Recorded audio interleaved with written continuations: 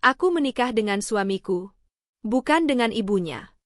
Tapi setiap keputusan dalam hidupku selalu ditentukan oleh mertua. Dan malam itu, aku menangis di dapur. Sementara suamiku berdiri di depan ibunya dan memilih diam. Assalamualaikum dan terima kasih sudah mampir di channel ini. Sebelum lanjut, jangan lupa subscribe, karena setiap cerita di sini mungkin adalah cerita hidup kita sendiri. Tulis di komentar, kamu nonton dari kota mana? Sekarang, mari kita mulai ceritanya. Namaku Rani. Usiaku 29 tahun. Seorang istri dan seorang ibu dari anak laki-laki kecil yang baru berusia 4 tahun.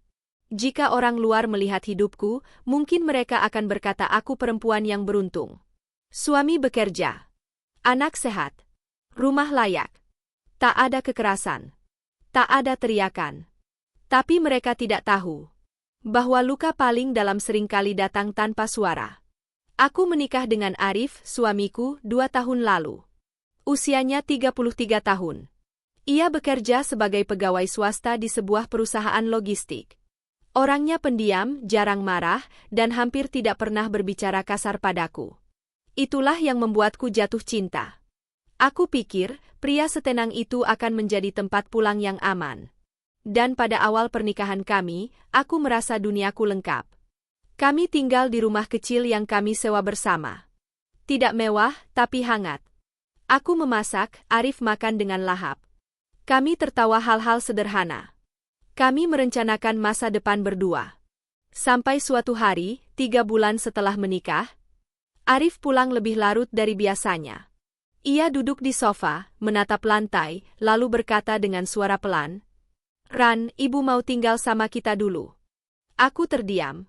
Bukan karena tidak setuju, tapi karena tidak siap. "Sebentar saja," lanjutnya cepat. "Ibu sudah tua, tinggal sendirian." Aku nggak tega. Aku tersenyum kecil. Dalam hati aku berkata pada diriku sendiri, "Aku istri yang baik. Aku harus mengerti." "Ya sudah," jawabku. "Kita bantu ibu." Hari itu aku tidak tahu bahwa keputusanku akan mengubah seluruh hidupku. Mertua datang membawa koper besar, beberapa kardus, dan wajah yang datar. Tidak marah, tidak ramah, netral tapi dingin. Sejak hari pertama, aku merasa dia menilaiku. Dari cara aku menyeduh teh, dari cara aku menyapa, bahkan dari cara aku berjalan di rumahku sendiri. "Kamu biasa bangun jam berapa?" tanyanya suatu pagi. "Jam 5, Bu," jawabku.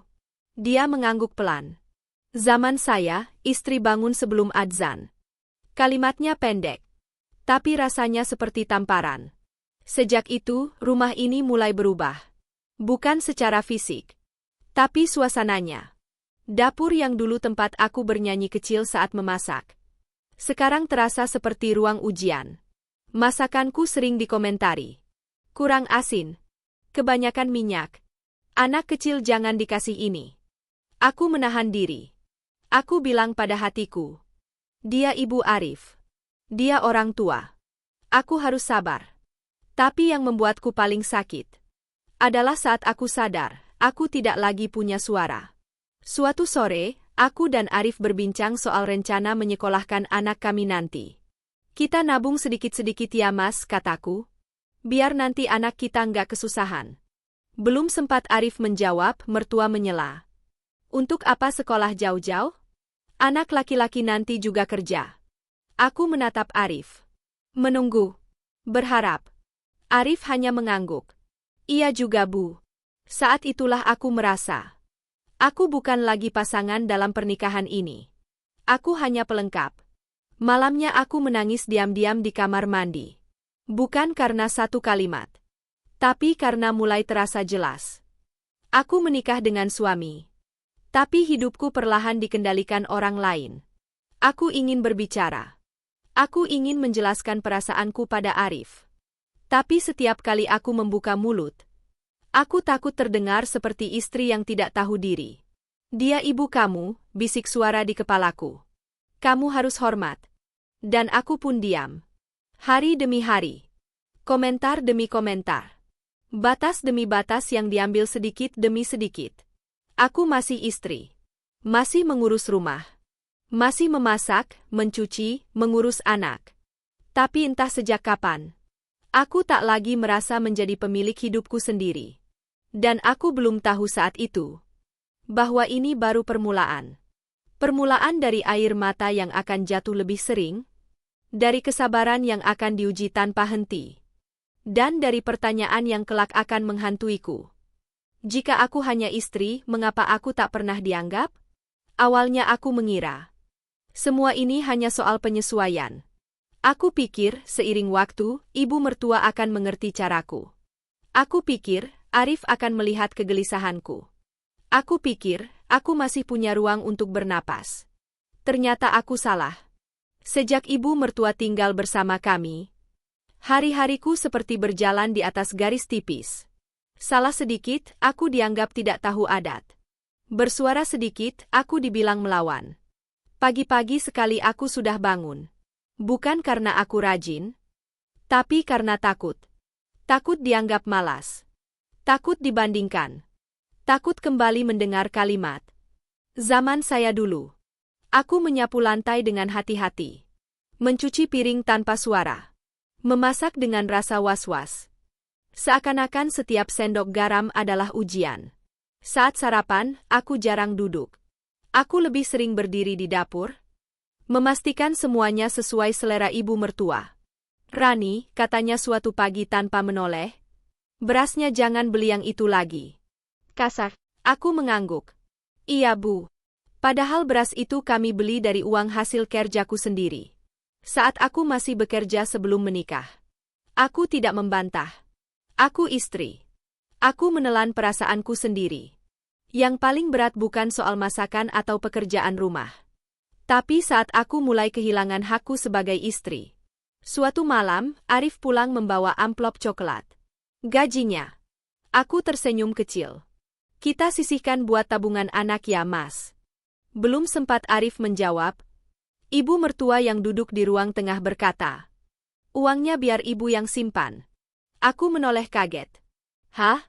Biar aman, lanjutnya. Kamu kan perempuan, gampang tergoda belanja. Kata-kata itu seperti ditujukan langsung ke dadaku. Aku menatap Arif. Menunggu. Berharap. Arif tersenyum kaku. Ibu kan lebih pengalaman, Ran.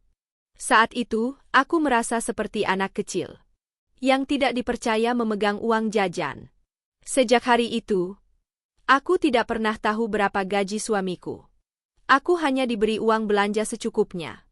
Tidak kurang, tapi juga tidak pernah cukup.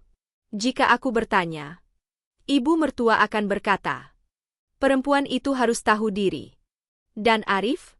Dia memilih diam. Keputusan lain pun diambil tanpa aku. Tentang rumah. Tentang masa depan anak. Tentang hidup kami. Suatu siang, aku berencana membawa anakku ke rumah orang tuaku.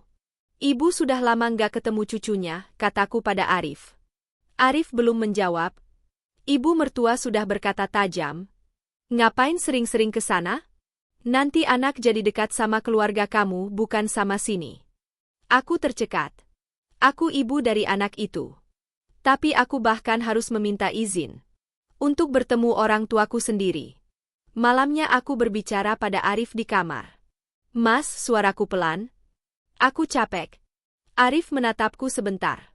Capek apa? Capek merasa salah terus. Arif menghela napas. Kamu jangan sensitif, Ran. Ibu itu niatnya baik. Kalimat itu selalu menjadi penutup. Dan setiap kali aku mendengarnya, rasanya aku semakin kecil. Aku mulai mempertanyakan diriku sendiri. Apakah aku istri yang egois? Apakah aku menantu yang buruk? Atau memang, aku tidak pernah benar-benar diterima? Aku mencoba lebih patuh. Lebih diam. Lebih mengalah. Tapi anehnya, semakin aku mengalah, semakin aku tak terlihat. Rumah ini kini penuh aturan. Jam bangun. Jam makan. Cara mengurus anak. Semua sudah ditentukan. Bukan olehku. Bukan oleh suamiku. Tapi oleh seseorang yang tidak menikah denganku. Suatu malam, saat aku mengayun anakku yang hampir tertidur, aku bertanya dalam hati. Apakah ini arti menjadi istri? Menghapus diriku sendiri demi menjaga ketenangan orang lain? Dan aku belum tahu saat itu bahwa keheningan ini akan segera pecah dengan cara yang jauh lebih menyakitkan. Aku selalu percaya satu hal. Sekalipun aku bukan istri yang sempurna, aku adalah ibu yang akan melakukan apapun demi anakku. Anakku, Dava, adalah satu-satunya alasan aku masih bisa bertahan sejauh ini. Setiap kali hatiku ingin menyerah, aku melihat wajahnya. Dan aku berkata pada diriku sendiri, aku harus kuat. Tapi malam itu, bahkan kekuatanku runtuh. Dava demam sejak sore. Awalnya aku kira hanya kecapean. Aku kompres, aku gendong, aku bacakan doa. Tapi menjelang malam, tubuhnya semakin panas. Tangisnya makin lemah. Tanganku gemetar saat menyentuh keningnya. Panas. Sangat panas. Aku membawa Dava ke ruang tengah. Ibu mertua sedang menonton televisi. Bu, suaraku bergetar. Dava panasnya tinggi. Kayaknya harus ke dokter. Ibu mertua melirik sekilas. Lalu kembali menatap layar. Anak kecil demam itu biasa. Aku menelan ludah. Tapi ini panasnya beda, Bu. Belum selesai kalimatku. Dia memotong dengan nada kesal. Kamu itu kebanyakan panik. Zaman saya dulu, anak panas dikompres saja sembuh. Aku ingin berteriak. Aku ingin berkata bahwa ini anakku. Bahwa naluri seorang ibu tidak pernah bohong. Tapi aku menahan diri. Aku masuk ke kamar dan menelpon Arif yang masih di luar. Mas, suaraku nyaris pecah. Dava demam tinggi. Tolong pulang cepat. Arif pulang setengah jam kemudian. Aku langsung menyambutnya. Mas, kita ke rumah sakit sekarang ya. Arif masuk ke kamar, menyentuh kening Dava. Ia mengernyit sebentar. Lalu keluar kamar menemui ibunya. Aku mengikutinya. Hatiku berdegup kencang. Ibu, kata Arif. Dava panas juga. Ibu mertua mendesah. Panas sedikit kok ribut. Nanti juga turun. Aku tidak tahan lagi. Mas, aku mendekat. Aku mohon. Ini anak kita. Kata anak kita keluar dengan air mata. Aku menatap Arif lurus-lurus. Aku berharap. Aku sangat berharap. Arif terdiam. Lama. Terlalu lama. Lalu ia berkata pelan. Kita tunggu besok pagi ya, Ran. Kalimat itu menghantamku lebih keras daripada semua kata kasar yang pernah kudengar. Aku tidak menjawab. Aku kembali ke kamar. Menggendong Dava yang terus merintih. Air mataku jatuh ke pipinya. Aku menyesal. Bukan pada suamiku. Tapi pada diriku sendiri. Kenapa aku harus minta izin untuk menyelamatkan anakku? Malam itu aku tidak tidur. Aku duduk bersandar di dinding. Memeluk anakku erat-erat. Setiap napasnya aku hitung. Setiap geraknya membuat jantungku berdebar. Sesekali aku menoleh ke pintu. Berharap Arif masuk dan berkata, ayo, kita ke rumah sakit. Tapi pintu itu tidak pernah terbuka. Pagi hari, panas Dava turun sedikit. Ibu mertua berkata dengan nada menang. Lihat kan? Ibu bilang juga apa? Aku hanya diam. Tanganku masih gemetar. Sejak malam itu, sesuatu di dalam diriku berubah. Aku tidak lagi merasa aman. Tidak sebagai istri. Tidak sebagai ibu. Aku mulai takut setiap kali Dava sakit. Takut tidak bisa mengambil keputusan. Takut harus kembali meminta izin. Dan yang paling menyakitkan, aku mulai takut pada suamiku sendiri. Bukan karena dia jahat, tapi karena dia tidak pernah memilihku. Suatu malam, aku mencoba bicara lagi. Mas, kataku pelan, kalau nanti Dava sakit lagi, boleh nggak aku langsung bawa ke dokter? Arif menatapku sebentar. Kamu ini kenapa sih, Ran? Jangan selalu berlawanan sama ibu. Aku tersenyum getir. Aku bukan melawan. Aku cuma ibu yang takut kehilangan anaknya. Arif tidak menjawab. Dan di sanalah aku menangis lagi. Bukan dengan suara, tapi dengan hati yang mulai patah. Aku sadar. Aku tidak hanya kehilangan peranku sebagai istri. Aku juga hampir kehilangan hakku sebagai ibu. Air mata ini jatuh bukan karena lemah, tapi karena terlalu lama kuat sendirian. Dan aku belum tahu saat itu bahwa ledakan terbesar belum terjadi. Aku tidak pernah membayangkan diriku menjadi perempuan yang berteriak. Aku selalu percaya, suara pelan lebih kuat dari amarah. Kesabaran lebih mulia daripada perlawanan. Tapi malam itu, kesabaranku habis. Semuanya bermula dari hal kecil. Hal yang bagi mereka mungkin sepele. Tapi bagiku, itu adalah pukulan terakhir. Sore itu aku pulang dari rumah orang tuaku. Ibu kandungku baru saja selesai menjalani pemeriksaan kesehatan. Aku lelah. Aku khawatir. Aku rapuh. Begitu sampai rumah, aku melihat lemari di kamar sudah terbuka. Beberapa bajuku dipindahkan. Disusun ulang. Aku menoleh ke ruang tengah. Ibu mertua duduk di sana. Saya rapikan lemari kamu, katanya tanpa menatapku. Baju perempuan jangan ditaruh sembarangan. Tanganku mengepal. Aku menarik napas dalam-dalam. Bu, kataku pelan. Itu kamar saya dan suami saya. Dia menoleh tajam. Ini rumah anak saya.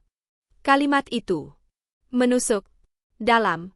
Aku berdiri kaku. Dadaku naik turun. Saat itulah Arif pulang. Mas, aku mendekat cepat. Aku mau bicara. Arif menatap wajahku. Mungkin dia melihat sesuatu yang berbeda malam itu. Mataku merah. Tanganku gemetar. Kamu kenapa? Tanyanya. Aku menunjuk ke kamar. Kenapa semua di rumah ini selalu harus seizin ibu? Kenapa aku bahkan gak boleh punya ruang sendiri? Ibu mertua berdiri. Wajahnya memerah. Kamu menuduh saya? Suaranya meninggi. Saya cuma mengajari kamu jadi istri yang benar. Aku tertawa kecil. Tawa yang pahit. Istri yang benar menurut siapa, Bu? Menurut saya, atau menurut ibu? Arif memotong cepat. Rani, jaga bicaramu. Kalimat itu membuat sesuatu di dalam diriku pecah. Aku jaga bicara? Suaraku bergetar tapi keras. Sejak kapan aku bebas bicara, Mas? Aku menatap Arif lurus-lurus. Untuk pertama kalinya, aku tidak menunduk. Aku ini istrimu, lanjutku. Aku ibu dari anakmu. Kenapa setiap keputusan hidup kita selalu ibu yang tentukan? Ibu mertua menunjukku. Kamu durhaka. Kata itu seperti cambuk. Aku menangis. Bukan karena takut. Tapi karena marah. Kalau memperjuangkan diri sendiri dibilang durhaka. Teriak. Maka aku memang sudah terlalu lama diam. Arif terdiam. Wajahnya tegang. Ibu sudah tua, Ran, katanya akhirnya. Kamu harus ngerti posisi. Aku mengangguk pelan. Air mataku jatuh. Aku ngerti, Mas, jawabku lirih. Tapi siapa yang ngerti aku? Ruangan itu sunyi. Hanya suara napasku yang tersengal. Aku bangun pagi, aku urus rumah, aku jaga anak kita. Lanjutku dengan suara pecah. Aku mengalah setiap hari. Tapi kapan aku boleh didengar? Ibu mertua tertawa sinis. Perempuan itu tugasnya patuh. Kalimat itu membuatku gemetar. Aku menoleh ke Arif. Ini terakhir kalinya aku berharap. Mas, kataku hampir berbisik. Sekali saja. Pilih aku. Waktu terasa berhenti.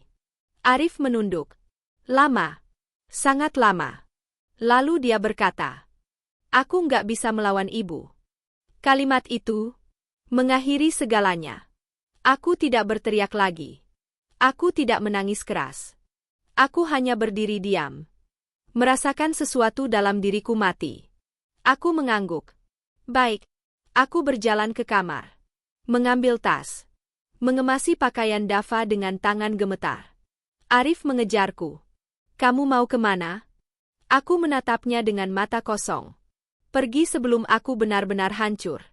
Ibu mertua tidak menahan. Tidak memanggil namaku. Seolah kepergianku tidak berarti apa-apa.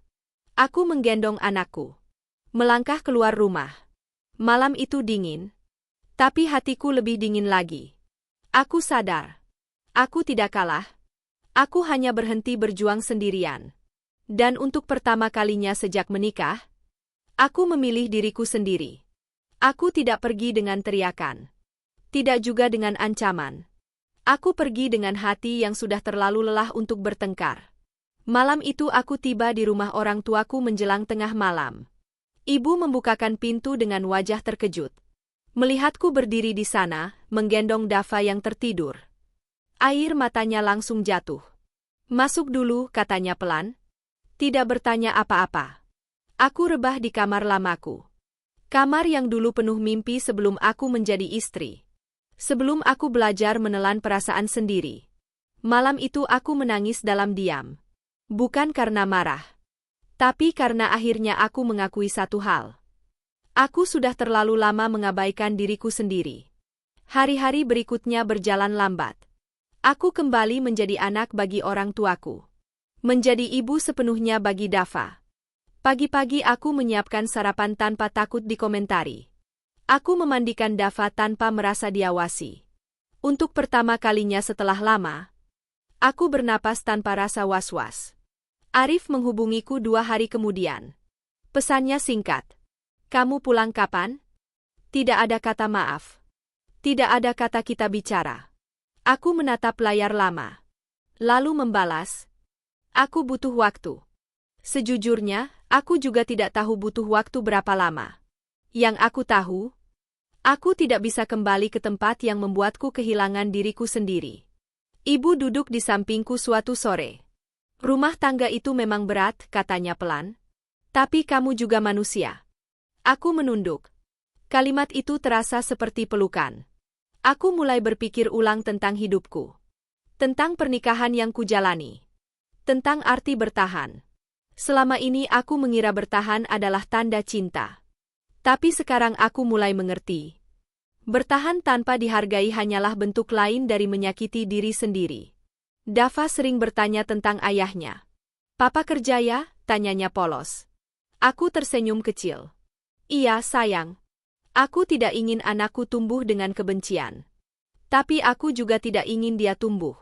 Melihat ibunya terus-menerus mengalah. Arif datang seminggu kemudian. Dia duduk di ruang tamu rumah orang tuaku. "Canggung, diam. Kamu kenapa nggak bilang kalau kamu sesakit itu?" Tanyanya akhirnya. Aku menatapnya tenang. "Karena setiap kali aku bicara, kamu bilang aku berlebihan." Arif menunduk. "Aku cuma nggak mau ribut," katanya. Aku tersenyum pahit. "Dan aku cuma nggak mau hilang." Kami diam lama. Tidak ada pelukan. Tidak ada janji. Hanya jarak yang terasa jelas. Saat itu aku tahu, keputusanku belum selesai. Jalan di depanku masih panjang. Aku belum memilih pergi selamanya. Tapi aku juga belum siap kembali. Aku seorang istri. Aku seorang ibu. Tapi aku juga seorang perempuan. Yang berhak dihargai. Dan untuk pertama kalinya, aku tidak lagi merasa bersalah karena memilih diriku sendiri. Waktu tidak menyembuhkan apapun. Ia hanya memberi jarak. Agar kita bisa melihat luka dengan lebih jujur. Sudah hampir 2 bulan aku tinggal di rumah orang tuaku. Rutinitasku sederhana. Bangun pagi, menyiapkan sarapan, mengantar Dava bermain. Lalu menemaninya tidur siang. Hidupku terlihat tenang. Terlalu tenang. Tapi setiap malam, saat semua lampu dimatikan, pertanyaan itu kembali datang. Apakah aku istri yang gagal? Arif masih sesekali menghubungiku. Pesannya sopan. Singkat. Tidak dingin, tapi juga tidak hangat. "Apa kabar Dava? Sudah makan? Kamu sehat?" Tidak pernah ada pertanyaan. "Apa yang kamu rasakan?" Suatu sore, Arif datang lagi. Kali ini sendirian. Tanpa ibunya. Kami duduk berhadapan. Aku memperhatikan wajahnya. Dia terlihat lebih kurus. Lebih lelah. "Aku bingung Ran," katanya akhirnya. "Aku nggak mau kehilangan kamu. Tapi aku juga nggak bisa ninggalin ibu." Aku mengangguk pelan. Aku sudah menduga jawaban itu. "Aku nggak pernah minta kamu meninggalkan ibu." Kataku tenang. "Aku cuma minta kamu berdiri di tengah. Bukan di belakangku. Dan bukan di belakang ibu." Arif mengusap wajahnya. "Kalau aku berubah, kamu mau pulang?" Pertanyaan itu membuat dadaku sesak. Bukan karena rindu. Tapi karena lelah berharap. Berubah yang bagaimana, Mas? Tanyaku. Kalau aku pulang, apa hidupku masih akan dikendalikan? Apa suaraku akan didengar? Arif terdiam. Dan disitulah aku tahu. Dia belum punya jawabannya. Malam itu aku menatap Dava yang tertidur. Wajah kecilnya damai. Tangannya menggenggam jemariku. Aku berpikir tentang masa depannya. Tentang apa yang akan ia pelajari dari hidupku. Aku tidak ingin dia tumbuh. Melihat ibunya selalu diam saat dilukai. Tapi aku juga tidak ingin dia tumbuh. Tanpa ayah, aku berdiri di persimpangan. Yang tak pernah kuinginkan. Jika aku kembali, aku harus siap menghadapi kemungkinan terluka lagi. Jika aku pergi, aku harus siap menanggung rasa bersalah. Yang mungkin tak pernah benar-benar hilang. Pagi berikutnya, ibu duduk di sampingku. Apapun keputusanmu, katanya lembut, pastikan kamu tidak kehilangan dirimu sendiri. Kalimat itu sederhana, tapi menggema lama di kepalaku. Hari itu, Arif menelpon. Aku sudah bicara sama ibu, katanya. Hatiku berdebar. Dan, ibu bilang, selama aku masih anaknya, aku harus patuh. Aku memejamkan mata. Menarik napas panjang. Mas, kataku pelan, aku istrimu. Tapi aku juga manusia. Telepon itu hening beberapa detik. Lalu Arif berkata lirih, aku butuh waktu. Aku tersenyum pahit. Aku juga. Telepon ditutup. Tanpa janji. Tanpa kepastian. Malam itu aku berdiri di depan cermin. Melihat diriku sendiri. Aku bukan lagi perempuan yang sama. Seperti 2 tahun lalu. Aku lebih lelah. Tapi juga lebih sadar. Aku adalah istri. Aku adalah ibu. Tapi aku juga seseorang. Yang berhak hidup tanpa terus menangis diam-diam. Aku belum tahu kemana langkahku akan pergi. Apakah aku akan kembali? Atau memilih jalan yang lebih sepi? Tapi jujur pada diriku sendiri. Yang aku tahu, aku tidak akan pernah lagi menyerahkan hidupku sepenuhnya kepada keputusan orang lain. Dan kisah ini belum benar-benar berakhir.